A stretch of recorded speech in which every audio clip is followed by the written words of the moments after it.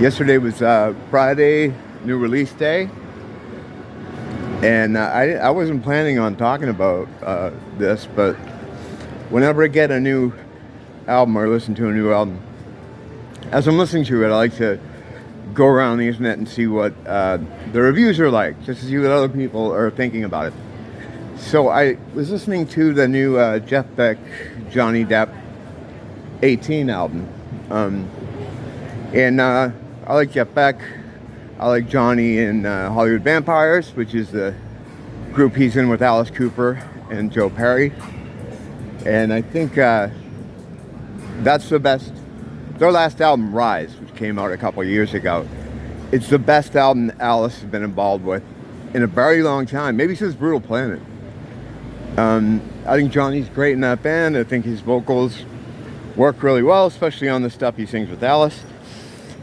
Jeff Beck appeared on that album, and I guess when he was in the studio, he struck up some kind of friendship with Johnny, and they decided to record together. Now, to me, well, before I even get into it, the reason I want to talk about it is because when I was going around looking at reviews, every single review was 10 to 15% about the music, and the rest, whatever percent that is, I'm not a mathematician here, was about how he's a woman beater.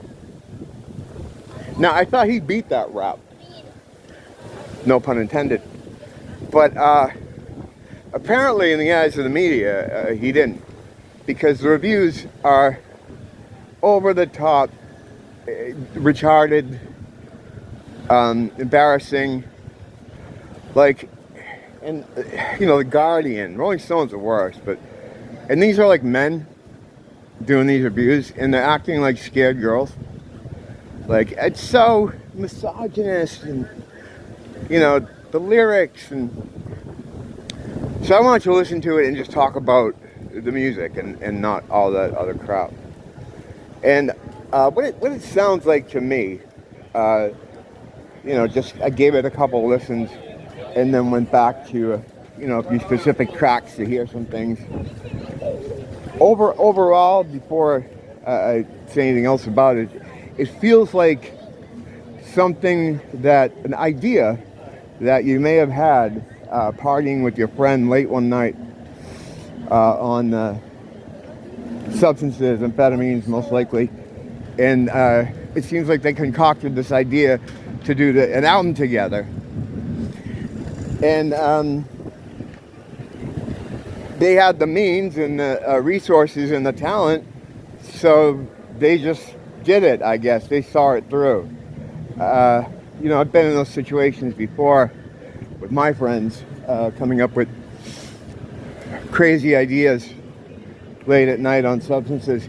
If I followed through with everything I did, I'd have my own DoorDash business. I'd be running a flower shop, all kinds of things. So usually it just kind of starts and ends there, but they actually went through with it. And it's cool, but it sounds like that. It sounds like two guys getting together, just jamming out some songs that they both like. The Beach Boys stuff, the instrumentals, Caroline No and Put Your Head on My Shoulder, they're both from Pet Sounds. They sound really great. I'm going to be relying on a lot of text edits to fill in the blanks because I'm outside walking around and a lot of my hard drive space is being taken up by security, which is always running, so that takes up a lot of my memory. So I'm gonna just I'm gonna rely on some text to fill in the blanks. But yeah, it's cool. It has a laid back kind of feel to it. It's not over labored. It has, as meticulous as some of the parts are and complex as some of the parts are, especially in the case, well, not complex, but you can't just riff out on that Beach Boys stuff. You have to have that stuff down. That's Brian Wilson music, you know. No joke. Speaking of joke, I love that they did Death and Resurrection Show by The Killing Joke. Hearing Jeff Beck play on a Killing Joke track is something I never thought I would hear. And it's cool, you know. It's more, I like more the idea that they did it than the actual track itself. It has a weird kind of electronic thing going on with it, which is fine for Killing Joke. It's just that they don't, in their original version of the song, it's one of the tracks where they really don't have that going on. But they do use a lot of electronic stuff. So it's appropriate, it's cool. But, you know, you get Jazz Coleman from The Killing Joke. He's a singer. He's just monstrous. He's a beast. And Johnny's fairly slight triple track vocal doesn't really do it. He does sound good though. Like his singing on this, on the song Time in particular, he does some stuff there that I didn't think was within his range or ability or whatever. He sounds good on it. Sure, there might be some auto-tune going on, but I couldn't hear it. If it was there, it's subtle. And he sounds really good on that track vocally. I'm like, wow, you know, good job on that. Beck is always great, of course. He seems to do well. It's because these are covers. There's not a lot of them. There's not a lot of regular Beckisms in the songs, and as there usually is. Because I mean, like, it's, you know, mostly cover songs. There's 2 originals, and there's one original in particular. I forget the name, but I know motherfucking's in the title. It'll say it on the screen right now. Which reminds me a little bit of, not musically, but sort of overall intent and attitude. It reminds me of that Prince song from the Black Album. I forget the name of it, where he puts on that deep voice and talk like this, like he's supposed to be doing a character. Reminds me a bit of that. And that song seems to have taken a lot of heat for being, you know, violent and misogynist. And it's like, have you guys heard hip hop music? Have you heard that? I know they have, but progressives have different rules for different people. And you want to talk about racism? Oh, it's like what they're saying in this situation is, well, Johnny Depp should know better. These people, these hip hop people, oh, they've had terrible backgrounds. They're not as cultured as you or I. I mean, it's like, if you might as well burn a cross in someone's fucking front yard. Now that would be less damaging, because at least you'd be like, what, fucking idiots burn a cross? What the fuck? Assholes. You'd walk that up. But the kind of racism they promote with trying to virtue signal that they're allies by having different standards for people is way more damaging and far more damning. It just says, well, we expected more from Johnny Depp because why? Whatever. So anyway, yeah, those writers, like the guys, all the reviews I've read, every one, in the media, they're like scared little girls. And of course, when I say media, we're talking about a certain gang, which does all the talking to the people. And unless you're vetted by them or one of them, you don't get to talk. And I'm not going to get too far into that, but that's a big part of it. You know, they were really behind the Me Too thing.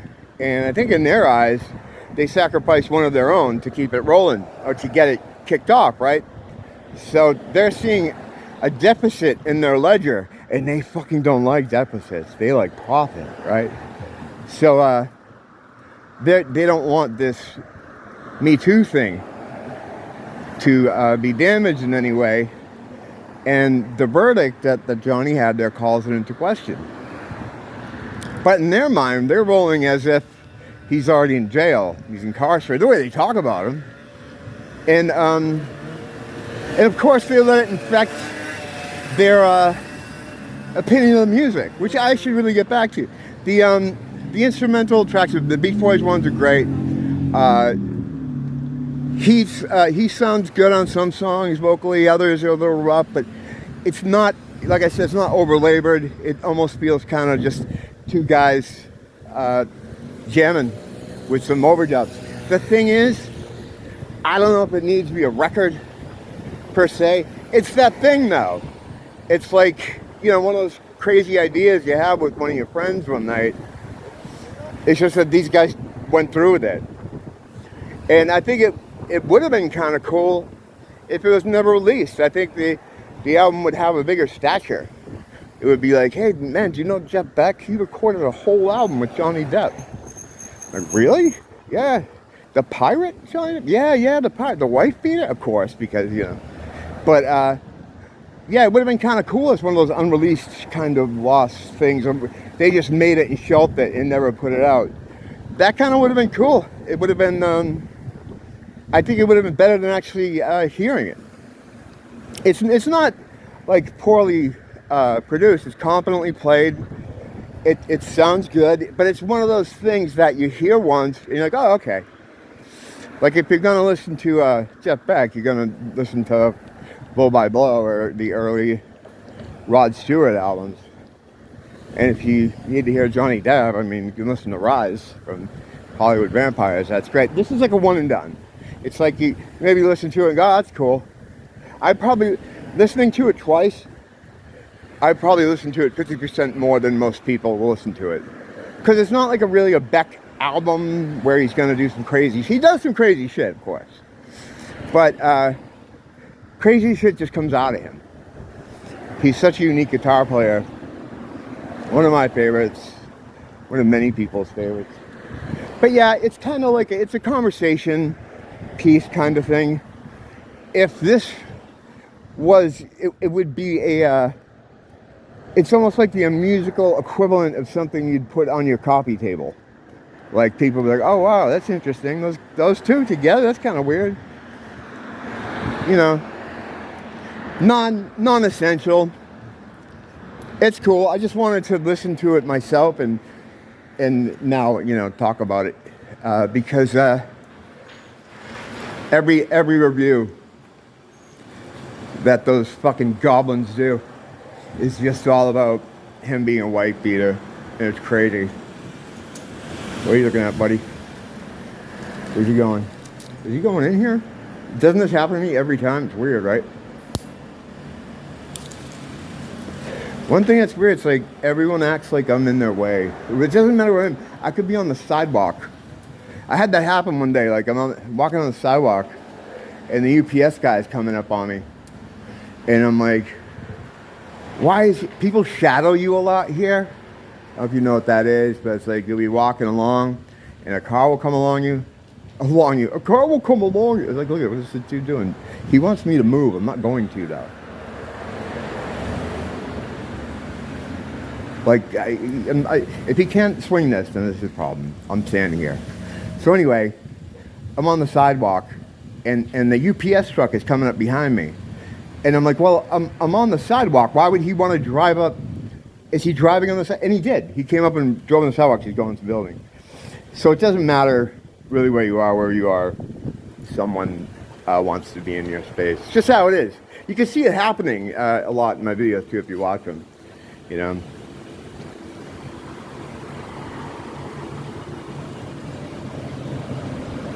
Thanks for dropping by. Don't blame the teacher. Blame the school.